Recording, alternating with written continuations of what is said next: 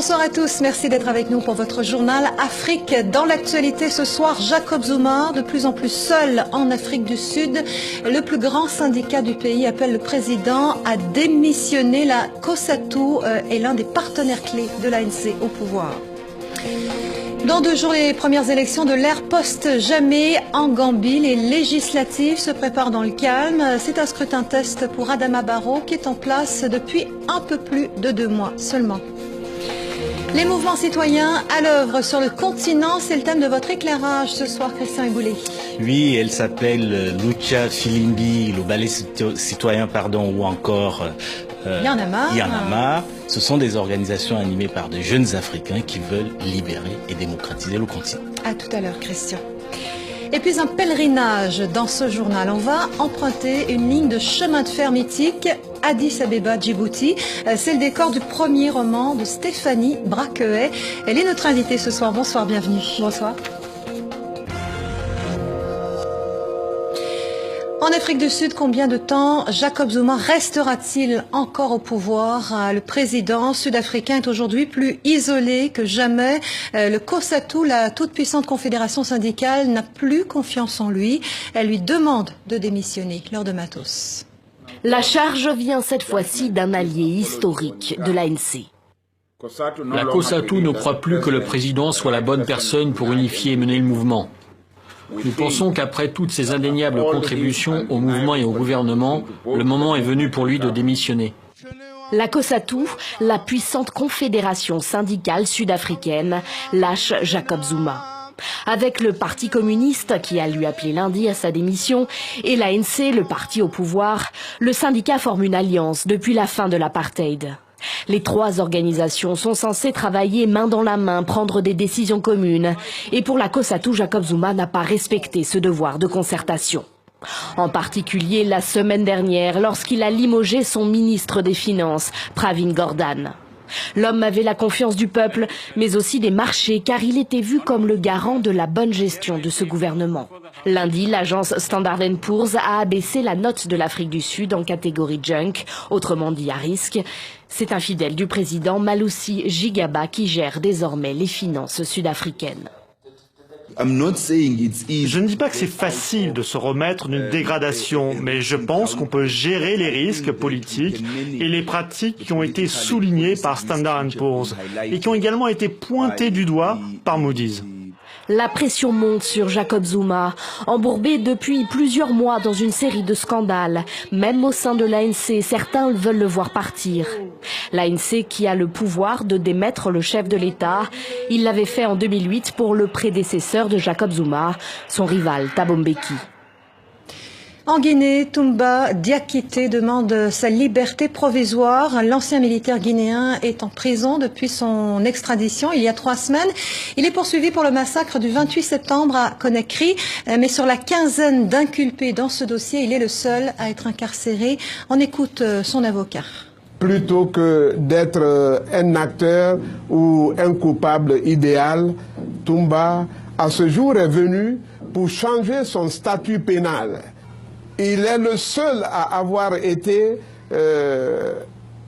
placé sous mandat de dépôt, incarcéré à la maison d'arrêt de Conakry, alors que les autres sont élevés en dignité dans les différentes sphères de l'administration publique, s'ils ne sont d'ailleurs pas perchés à la présidence de la République. En Gambie, dernier jour de campagne électorale, c'est jeudi que les électeurs seront appelés à voter pour les élections législatives. Il s'agira d'un scrutin-test pour le pays qui a choisi l'alternance en décembre dernier en élisant Adama Barrow président. Ce seront d'ailleurs les premières élections depuis Yahya Jammeh. Les précisions de Laure de Matos. C'est un changement d'air qu'attendent les Gambiens.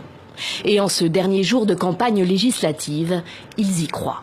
Les choses peuvent vraiment changer, parce que même politiquement, les gens sont plus libres de faire campagne.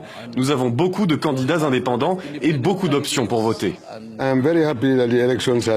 Je suis très heureux que les élections se déroulent différemment aujourd'hui. L'élection présidentielle était très transparente et je sais que ces législatives le seront aussi. Les Gambiens devront élire jeudi 48 députés pour 5 ans. Peu de posters géants en centre-ville à Banjul, mais des affiches de petit format collées ça et là et qui présentent des visages nouveaux, issus de 9 partis ou listes indépendantes.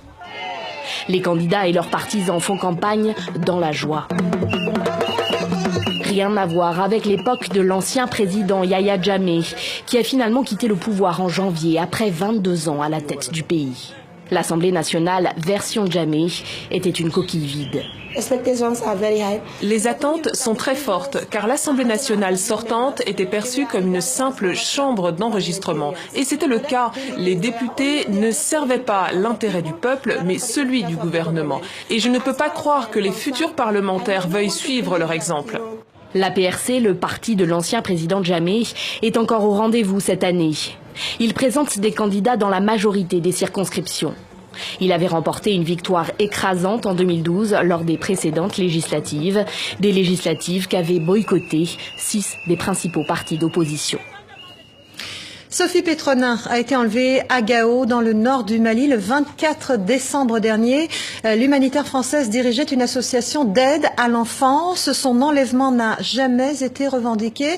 Et aujourd'hui, 100 jours plus tard, l'enquête piétine et son fils Sébastien décide de sortir du silence. Écoutez. La position de l'État français, c'est ne communiquez pas, ne dites rien parce que ça fait monter la valeur de l'otage, parce que ça peut être dangereux pour elle, etc. Donc c'est une lourde responsabilité que de communiquer. Maintenant, à nous aussi de définir un temps raisonnable à partir duquel il faut quand même en parler, parce que là, on a eu quasiment une centaine de jours où on s'est abstenu, où on n'a rien dit. Mais on a peur qu'elle tombe dans l'oubli. Ma mère a 72 ans, donc on ne peut pas attendre 3 ans, 4 ans dans des conditions difficiles de détention. Bien sûr qu'il faut être très discret et il faut laisser faire l'État français et les professionnels et les services concernés quand il s'agit d'affaires avec des groupes très importants, armés ou qui a des raisons géopolitiques qui rentrent là-dedans. En revanche, si c'est des petits malfrats dans un périmètre de 50 km de Gao, au jour d'aujourd'hui, il y a autant de possibilités, mais là, on n'est pas du tout sur le même mode opératoire. Je ne crois pas que le silence soit la meilleure solution. Voilà des propos recueillis pour nous par Guillaume Gouet à Paris. Notre éclairage du mardi soir à présent, on parle des mouvements citoyens avec vous. Christian Iboulé, on pense à Ballet citoyen, il y en a marre, Filimbi, la Lucha, tous ces mouvements ont un point en commun. Ce sont des jeunes qui les animent et qui veulent instaurer un rapport nouveau à la citoyenneté, à la démocratie. Absolument, Linda, et c'est l'un des grands intérêts de cet excellent ouvrage, Une jeunesse africaine en quête de changement, publié par le GRIP, le groupement de recherche et d'information pour la paix et la sécurité, basé à Bruxelles, en Belgique. Un ouvrage collectif qui regroupe des universitaires africains et européens autour d'objectifs communs, mieux faire connaître ces mouvements citoyens, les trajectoires historiques dans lesquelles ils s'inscrivent, le contexte dans lequel ils ont émergé ou encore leur mode d'organisation et de financement.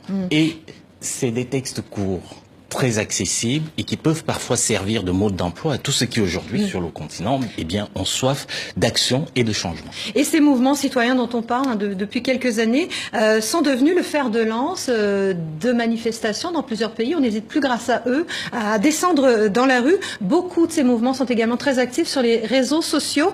Comment expliquer ce dynamisme très militant ?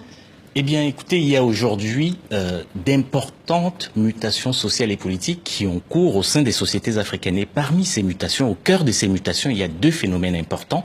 Le développement de jeunesse urbaine et de classe moyenne. Et ces 2 catégories sociales sont la plupart du temps les mieux éduquées et souvent les plus critiques vis-à-vis de tout exercice autoritaire du pouvoir. Il n'est donc pas étonnant qu'elles soient les principaux vecteurs aujourd'hui des changements au sein du continent.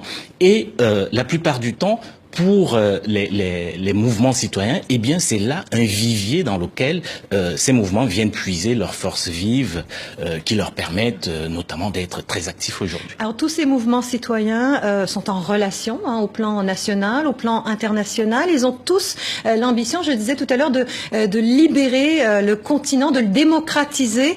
Est-ce qu'ils peuvent y parvenir, Christian ? à défaut de libérer ou démocratiser le continent, l'exemple burkinabé nous montre au moins une chose, c'est que ces mouvements peuvent mettre un terme à un statu quo. Et d'ailleurs, dès le mois de juin 2015, lors d'une réunion qui s'est tenue à Ouagadougou au Burkina Faso, eh bien, une trentaine de représentants de ces mouvements citoyens, issus de 9 pays africains différents, s'étaient engagés à travailler en réseau, à mettre en commun leurs expériences pour libérer et démocratiser le continent africain. Eh bien, l'avenir nous dira s'ils avaient eu raison de prendre un tel engagement. Eh bien, on va les suivre, ces mouvements citoyens. Merci, Christian Eboulé. C'est une pomme de discorde entre la France et le Bénin. Cotonou réclame la restitution de ces objets d'art dérobés par l'ancienne puissance coloniale. Ce sont des objets magnifiques. Il y a des sceptres, un trône, des statues. La France estime que ces trésors lui appartiennent. Elle les expose d'ailleurs dans ses musées, dont celui du Quai Branly à Paris. Voyez ce reportage de Bastien Bory et Guillaume Gouet. C'est sur ce trône que le dernier roi du Dahomey libre commémorait l'Ato. Une cérémonie d'offrande en hommage aux ancêtres. Depuis 1892 et la conquête du Bénin, il est exposé ici, à Paris.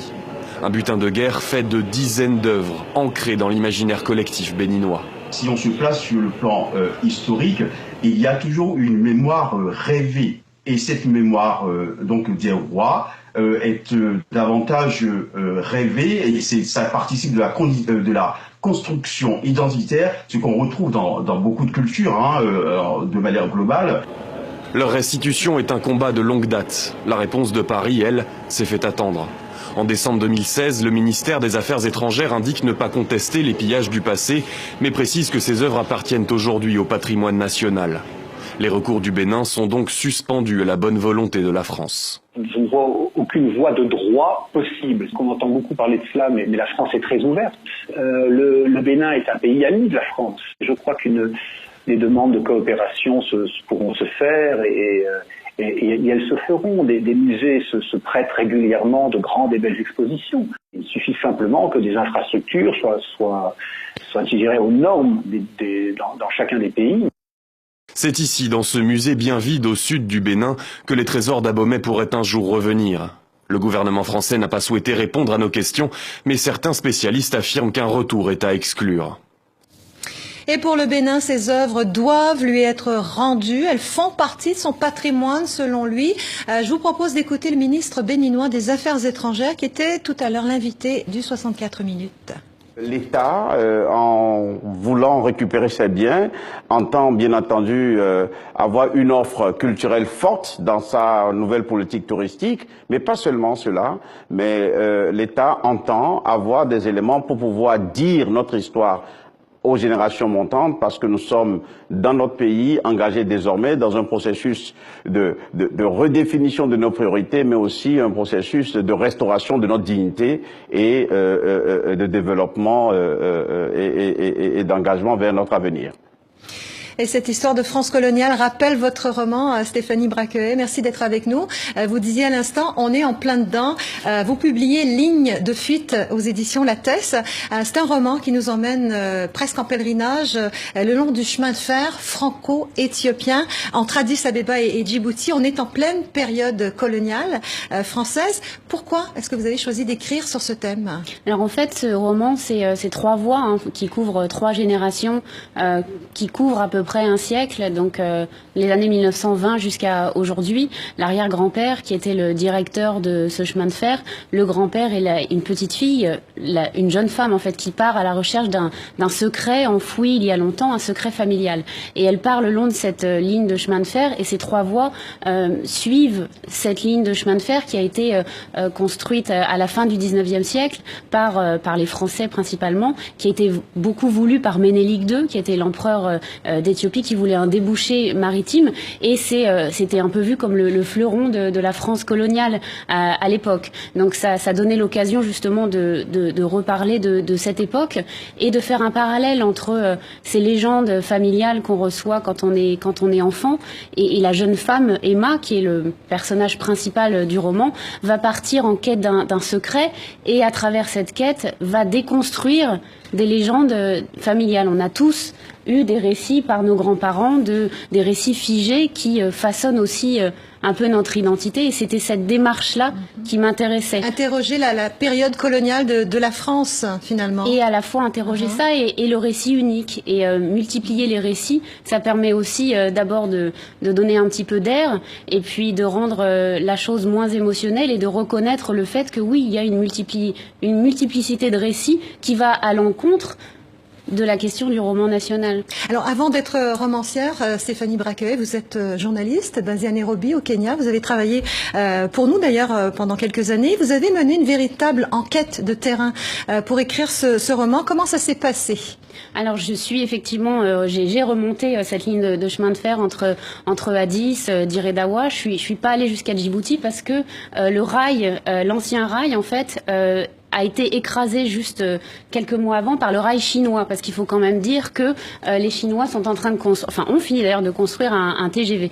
Et donc j'ai rencontré des cheminots qui m'ont accueilli à bras ouverts. Et en fait, ces cheminots, c'est une bulle francophone un peu avec un peu tout ce qu'il peut y avoir de révolu, c'est-à-dire qu'ils ont beaucoup de nostalgie par rapport à une période à la fois impériale, puis qui correspondait à la période, à l'apogée en fait de ce rail.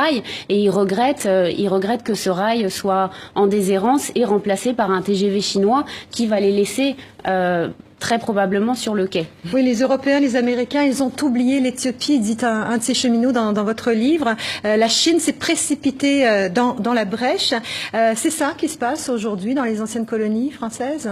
Alors, je ne sais pas à l'échelle de toutes les colonies françaises, mais en tout cas, en Éthiopie, c'est vraiment intéressant de voir que voilà, tout ce système qui avait été mis en place avec des cheminots qui devaient apprendre le français pour pouvoir travailler sur la ligne sont vraiment laissés de côté par ce TGV. Il y a un TGV, mais il y a aussi un tramway. Et, voilà. Et ce que fait remarquer le personnage principal à un moment quand elle arrive justement à Addis Abeba, c'est que ça sort de partout comme des champignons, quoi, une espèce de industrialisation en accéléré. On n'a pas d'électricité depuis hier, on veut faire tout vite dans ce pays, ça construit de partout, mais on n'a pas d'eau non plus. Hein. C'est aussi une patronne de restaurant là, qui parle et qui explique un petit peu ce qui se passe. La patronne du restaurant, en fait, c'est la fille de la patronne mythique du buffet d'Awash, qui était une escale, qui l'est toujours d'ailleurs, qui était une escale de ce rail et qui maintenant n'a presque plus d'invités, en tout cas pour déguster des bons repas comme avant. Stéphanie Braqueuet, auteure de Ligne de fuite, un roman, je précise, qui paraît aux éditions Jean-Claude Lattès. Merci d'être venu nous en parler. Merci. Un dernier appel avant de vous quitter. Dans notre chronique, on en parle demain soir, mercredi. On va se pencher sur la procréation médicalement assistée en cas d'infertilité. La PMA a-t-elle sa place selon vous? Vos témoignages nous intéressent. Écrivez-nous sur notre page Facebook. Voilà pour l'essentiel. Vous pouvez retrouver cette édition sur notre site internet, sur les réseaux sociaux comme d'habitude. Merci, à demain.